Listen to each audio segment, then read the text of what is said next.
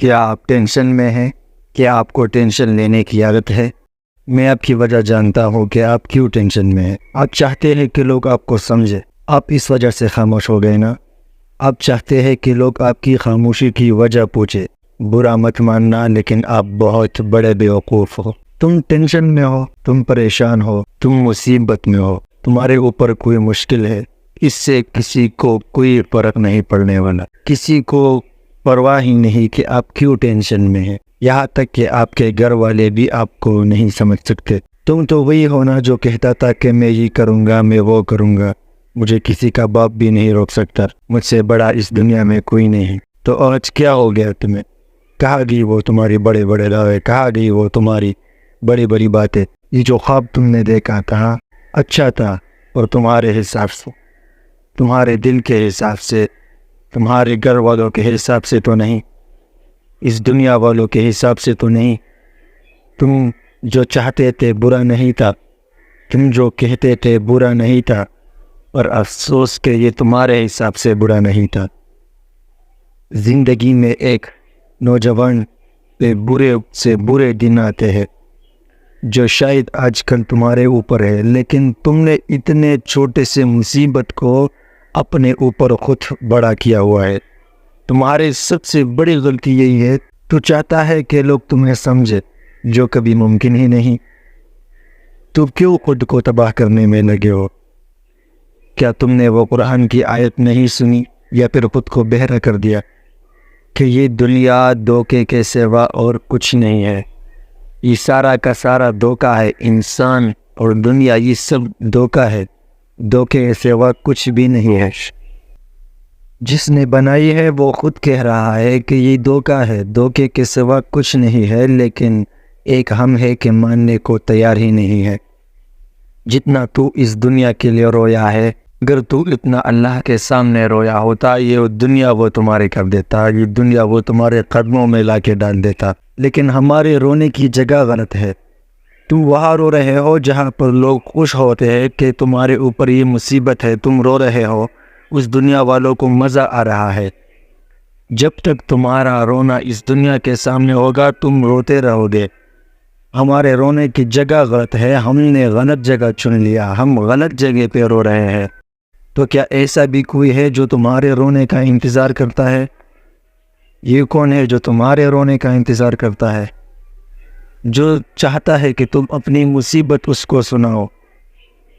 ہاں، یہ وہی ہے جس نے تم کو پیدا کیا۔ کیا تم نے اللہ کا نام نہیں سنا؟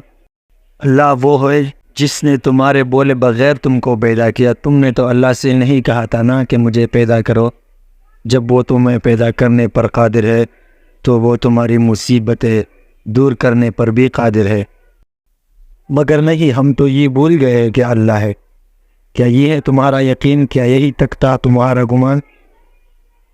تم خدا کی قسم حیران رہ جاؤ گے کہ یہ مصیبت آخر گئی کہاں۔ وہ تمہیں ایسے آزاد کر دے گا، پھر جب وہ تمہاری مصیبت یاد آتی ہوگی تو تم کو یقین بھی نہیں آئے گا کہ یہ مصیبت بھی کبھی میرے اوپر تھی۔ یہ دنیا تمہیں کبھی نہیں سمجھیں گی، یہ لوگ تمہیں کبھی نہیں سمجھیں گے۔ اگر سمجھنے والا ہے تو بس وہ ایک اللہ ہے جو تمہیں سمجھ سکتا ہے۔ وہی تمہیں اس مصیبت سے آزاد کر سکتا ہے، وہی اس مصیبت پر قادر ہے۔ تم نے بس ایک کام کرنا ہے، تمہاری ساری مصیبتیں جڑ سے ختم ہو جائے گی۔ یہ وعدہ ہے میرا اور یہ وعدہ ہے اللہ کا۔ تم ایک بار اس کے سامنے رو تو، تم ایک بار اس کے سامنے آنسو تو بہاؤ، ایک قطرہ بہاؤ۔ وہ تمہارے انتظار میں ہے کہ میرا بندہ کب آئے گا تاکہ میں اس کی مصیبتیں دور کر دوں۔ لیکن جتنا تو اللہ سے دور ہوتا چلا جائے گا اتنی ہی مصیبتیں بڑی ہوتی چلی جائے گی، اور دیکھ لینا کہ تم ایک دن خودکشی ہی کر لو گے اور اپنی آخرت کو بھی تباہ کر لو گے۔ تو کیوں نہ اس کا علاج ہے، تو کیوں نہ اس پہ عمل کیا جائے، اللہ کے سامنے رو لیا جائے، اللہ کو دوست بناؤ، اس سے باتیں کرو، سب مصیبتیں بھول جاؤ گے۔ خدا کی قسم سب مصیبتیں، تم کو مصیبت ہوگی لیکن پھر اس کو آپ نعمت سمجھیں گے کہ یہ نعمت ہے اللہ کی طرف سے، یہ نعمت ہے میرے لیے۔ مصیبتیں ایسے دور ہو جائے گی تم سے۔ لیکن یقین بھی تو ہونا چاہیے نا. ہم تو آج کل بس صرف ایسے مسلمان رہ گئے کہ بس منہ پہ کہتے ہیں باقی خیر ہے، باقی کچھ نہیں پتہ.